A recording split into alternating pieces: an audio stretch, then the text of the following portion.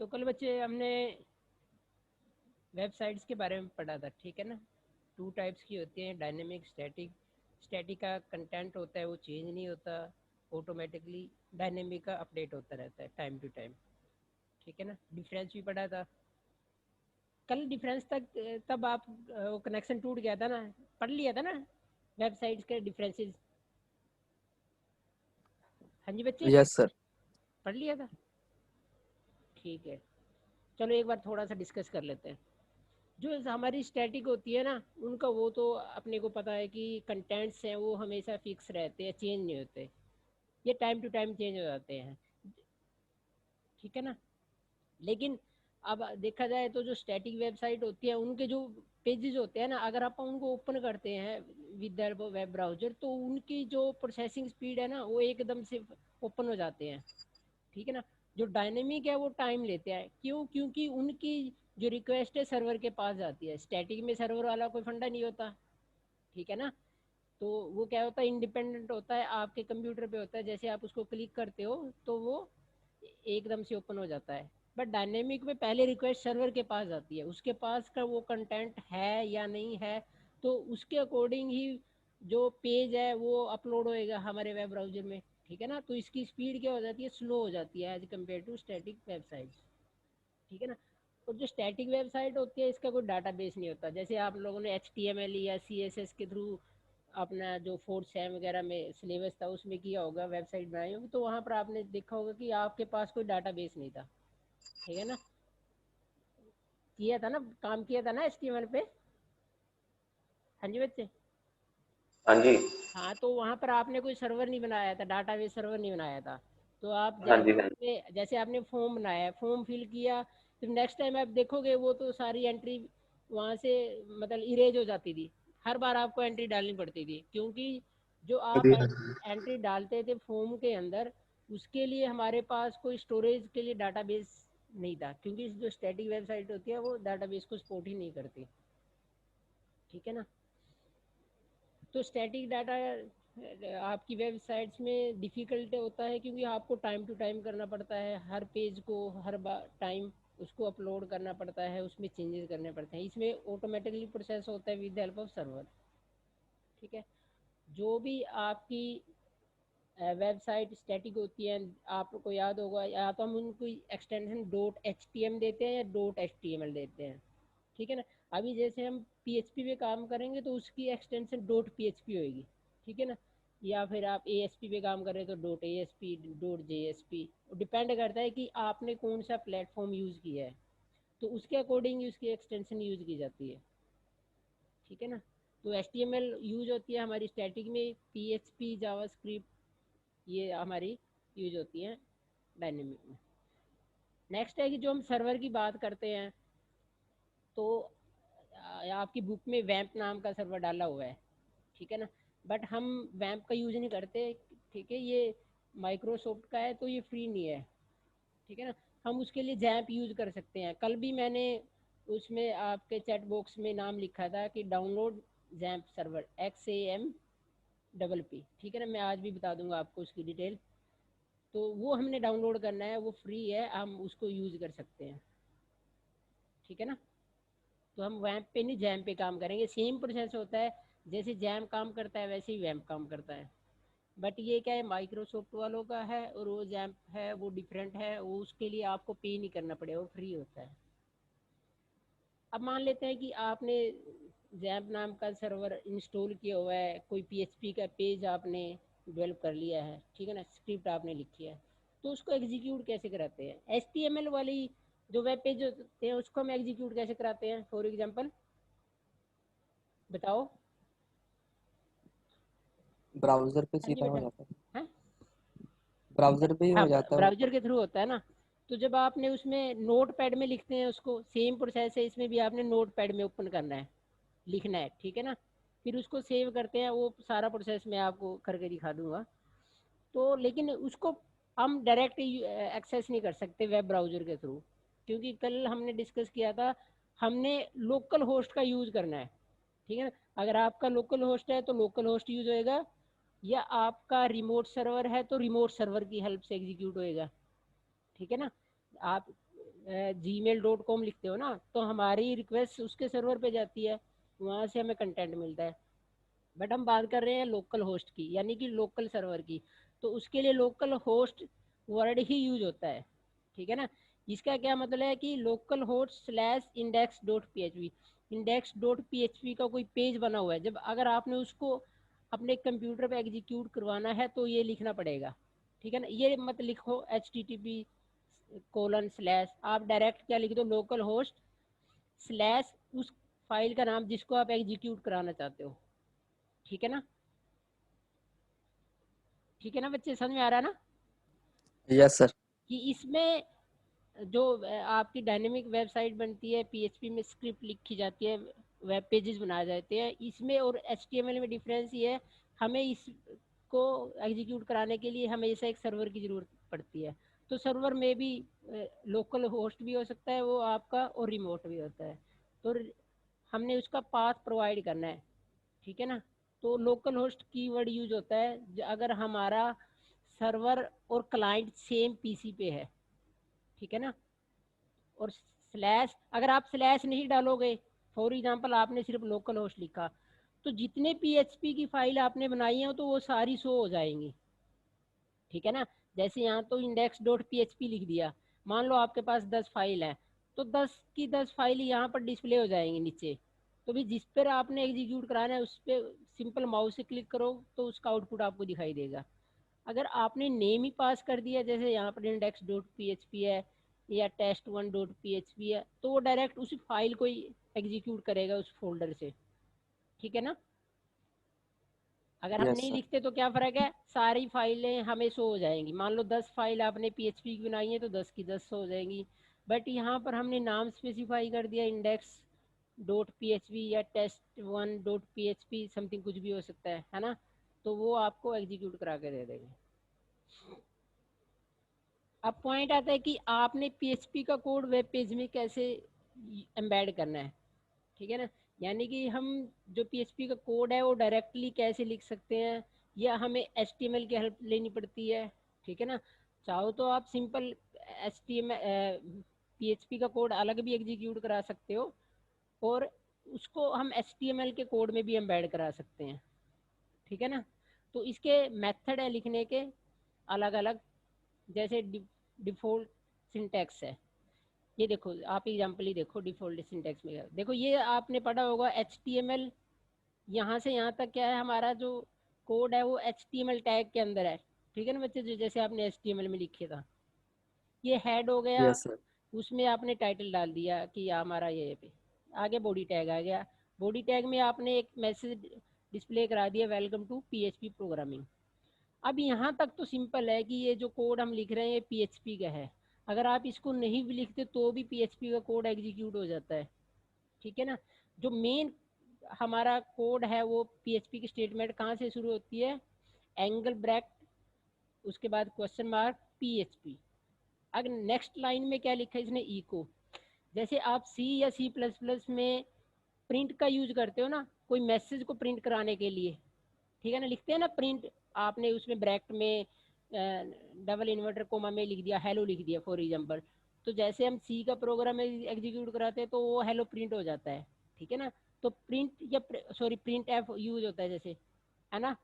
जैसे भी आप जावा करोगे तो उसमें प्रिंट एल एन यूज होता है, तो वो क्या होता है, यस सर।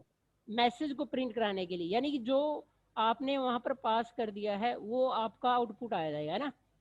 तो आपने पीएचपी में कोई भी प्रिंट कराना ही है वैल्यू, तो उसके लिए इको फंक्शन का यूज किया जाता है। इको क्या करता है, जो इको के बाद आपने लिखा है वो उसको प्रिंट करा देता है, ठीक है ना। इसने लिख दिया ना डबल इन्वर्टर को, मैं this is an example of PHP code, तो यहाँ से लेके यहाँ तक पीएचपी का कोड है सिर्फ, ठीक है ना।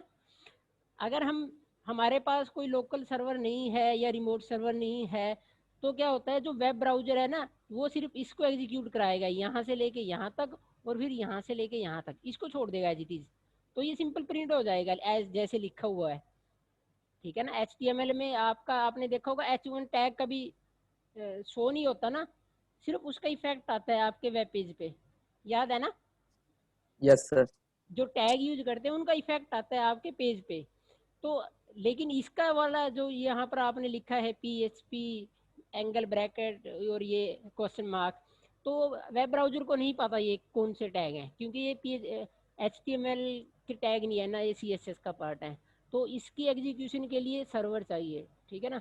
तो ये वाला पार्ट तो अपने आप में ऑटोमेटिकली वेब ब्राउजर की हेल्प से एग्जीक्यूट हो जाता है, बट जो ये लिखा हुआ है ना, इसको एक सर्वर की ज़रूरत है। सर्वर कौन सा हो सकता है, हम लोकल होस्ट की बात कर सकते हैं कि लोकल होस्ट होता है या रिमोट सर्वर होता है, वो डिपेंड करता है कि आपने कौन सा यूज़ किया हुआ है, ठीक है ना। तो ये क्या है, एक मेथड है, सिंपल मेथड है कि आपने एक PHP का कोड को कैसे एग्जीक्यूट कराना है, कैसे लिखना है। ये अभी हम एग्जीक्यूशन की बात नहीं कर रहे, ठीक है ना। In this example we are only talking about how to write a program in PHP, ठीक है ना, कि आपने PHP में कोड कैसे लिखना है, समझ गए ना बेटा। Yes, sir. है ना, सिर्फ सिंपल अभी छोटी सी बात हमने डिस्कस किया है कि हमने PHP में कोड कैसे लिखना है। तो मेन पार्ट है PHP का ये एंगल ब्रैकेट स्टार्ट हुई, उसके बाद क्वेश्चन मार्क, फिर PHP लिखना है आपने, जहाँ उसका एंड करना है क्वेश्चन मार्क और एंगल ब्रैकेट, ये वाली राइट साइड वाली, ठीक है ना। तो आपने जो प्रोग्राम लिखा है उसका PHP में वो ऐसे लिखना है, जैसे ये आ गया। अब ये जो ऊपर वाली दो लाइनें हैं ना, ये तो हमने उसमें लिख दी हैं। ऊपर देखो ये H1 टैग में लिखा है, ठीक है ना, ये रेस्ट ऑफ द कोड ये नीचे आ गया। लेकिन ये जो this is an example of PHP code, ये है हमारा PHP का स्टेटमेंट है, ये हमेशा इको की हेल्प से प्रिंट हुआ है, ठीक है ना। ये कहता है बाय डिफॉल्ट में अगर आपने PHP का सिंटैक्स लिखना है तो हम ऐसे लिखते हैं, ये सिंपल मेथड है, ठीक है ना, कि बाय डिफॉल्ट में हम ऐसे ही लिख सकते हैं।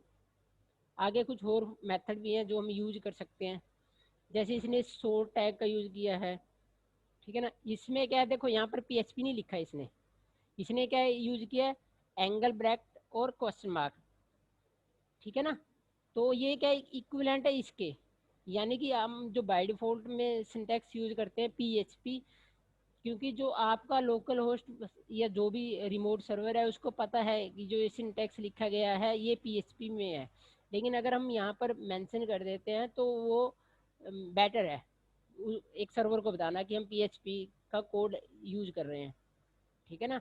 तो ये सोर्ट टैग है, ये HTML स्टाइल कह सकते हो, ठीक है ना, मार्कअप लैंग्वेज की तरह। ये अपन जब फॉर्म बनाएंगे उसमें यूज हो जाएगा, ठीक है ना, ठीक है ना बेटा।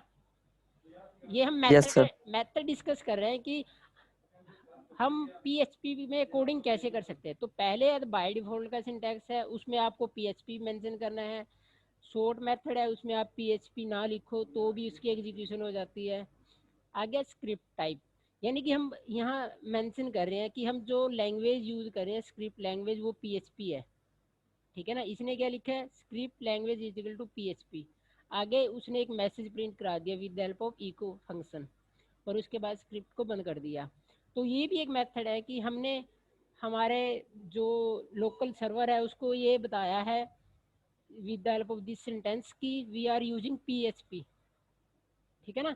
स्क्रिप्ट मेथड में हम इसको टाइप कर रहे हैं तो भी उसको आपके सर्वर को पता चल जाता है कि ये PHP का कोड है, ठीक है ना, क्योंकि इसमें ऊपर नीचे अलग आप HTML का कोड भी साथ में एम्बेड कर सकते हो।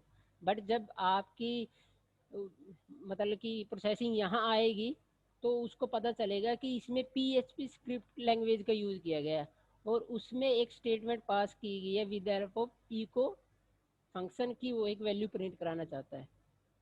एक ASP का स्टाइल है, इसमें हम परसेंट का ये साइन यूज करते हैं। जो बाय डिफॉल्ट होता है उसमें PHP लिखते हैं, जो शॉर्ट मेथड होता है उसमें हमें कुछ लिखने की ज़रूरत नहीं है।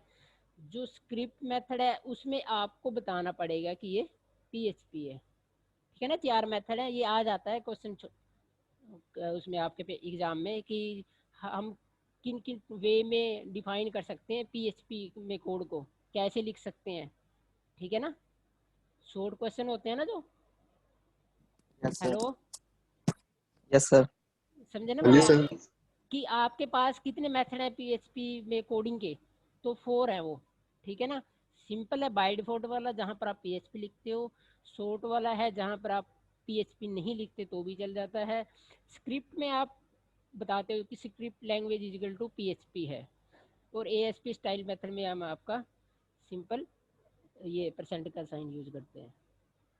ठीक है, तो आपने क्या करना है, एक जैम्प नाम का फोल्डर है, सॉरी सॉफ्टवेयर है, वो डाउनलोड कर लेना है।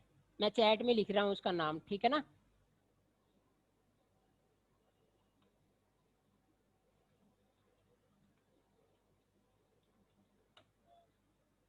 देखो बेटा मैसेज आया सभी को। एग्जाम सर्वर, हाँ जैम्प सर्वर है बेटा ये, तो ये आपने डाउनलोड करना है। डाउनलोड करके सिंपल इसको इंस्टॉल कर लेना है, ठीक है ना। और जो प्रोसेस करना हाँ है जी सर, मैं आपको बताऊंगा कि हमने इस पे कैसे काम करना है, ठीक है ना, समझे ना। ठीक है सर। तो कल आपके PC पे आपको डेस्कटॉप शेयर करके बताना है ना, कंप्यूटर सभी के पास, लैपटॉप या कंप्यूटर जो भी यस सर। है ना, तो आपने इंस्टॉल करके मुझे दिखाना है, उसकी स्क्रीन दिखानी है कि आपके पास ये है, तभी आप ओके सर। कर पाओगे ना उसमें प्रोग्रामिंग, ठीक है ना। ठीक है सर। अब इसमें मैं आपको एक मेथड और बता देता हूँ।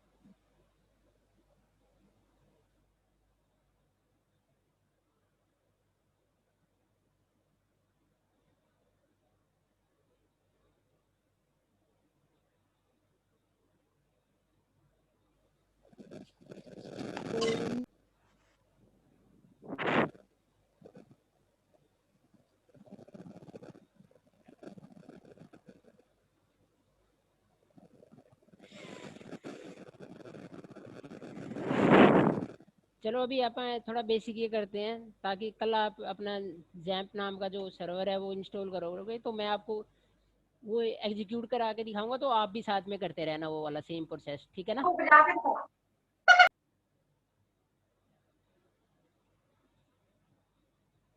Okay sir. ठीक है ना बेटा, कल आपके पास ये होना चाहिए जैम्प नाम का सर्वर। नेक्स्ट कुछ बेसिक पॉइंट्स हैं, हम वो डिस्कस कर लेते हैं PHP के बारे में।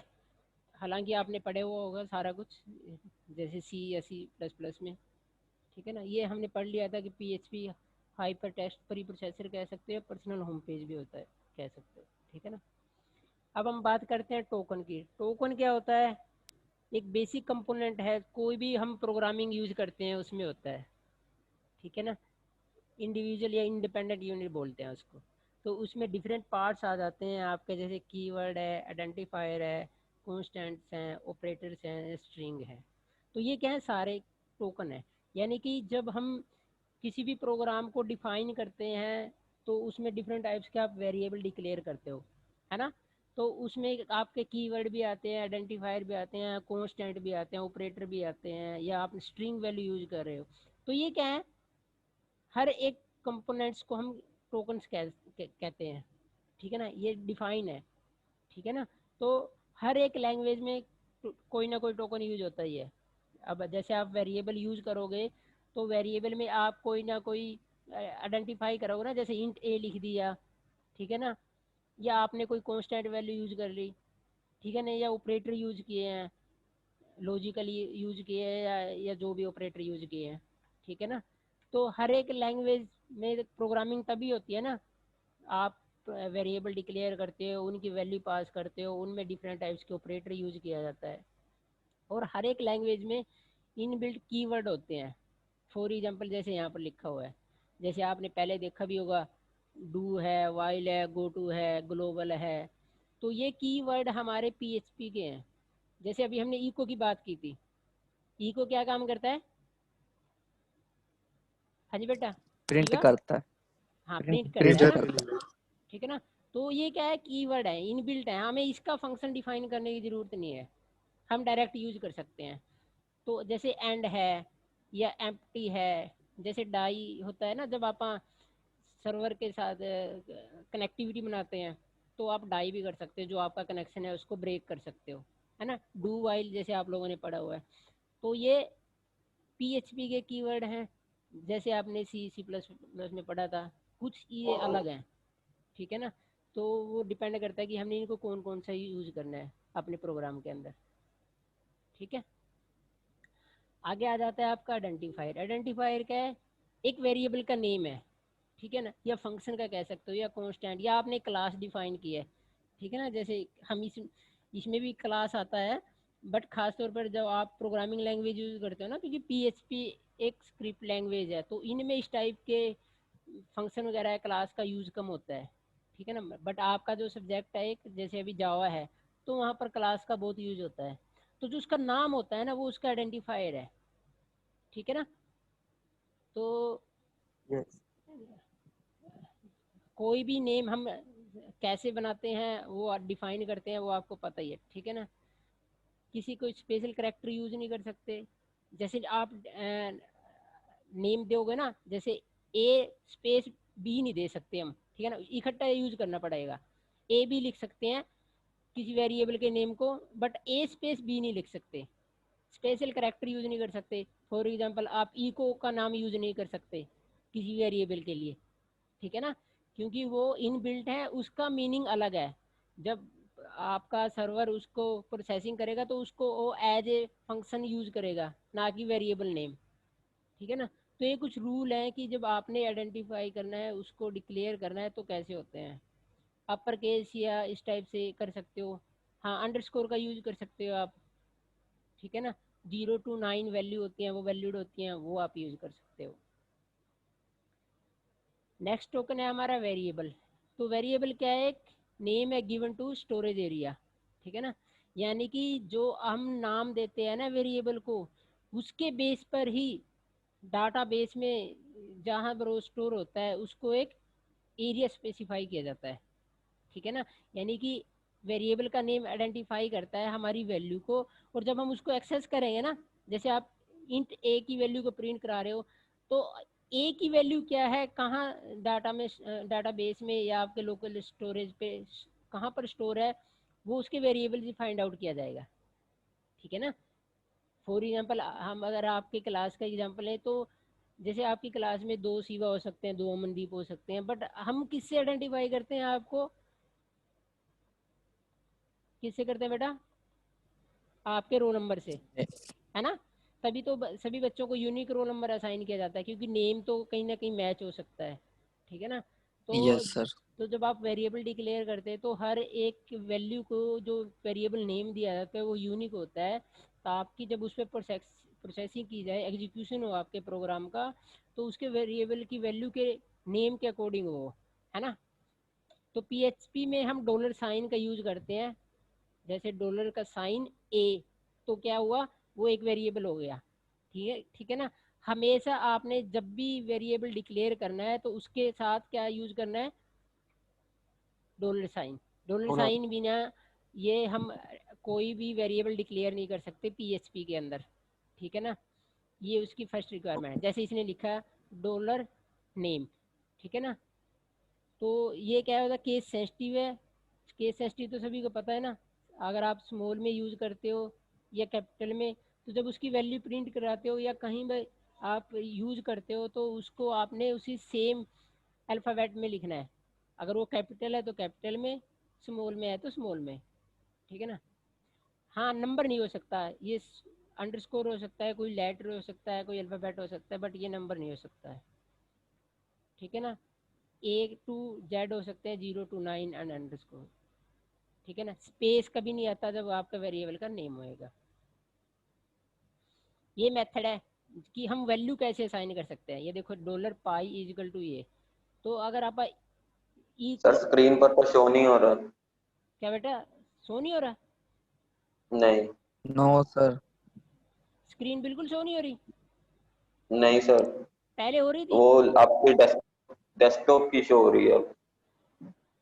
प्रोग्राम खुले हैं जो, बस ये वाली नहीं शो हो रही? नहीं सर। ओके, एक मिनट रुको, चलो चलो फिर आप कल से नया डिस्कस करेंगे इसके बारे में, ठीक है ना? ठीक है ओके सर। सर। नया टॉपिक ठीक है है। अभी। लो आप एंड मत करना, लीव मत करना, मुझे अटेंडेंस लेनी है, ठीक है ना?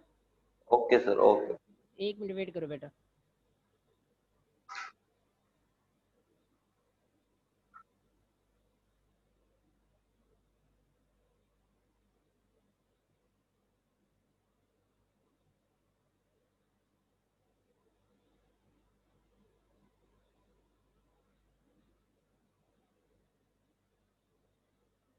चलो ठीक है बेटा, कल डिस्कस करते हैं और ओके सर।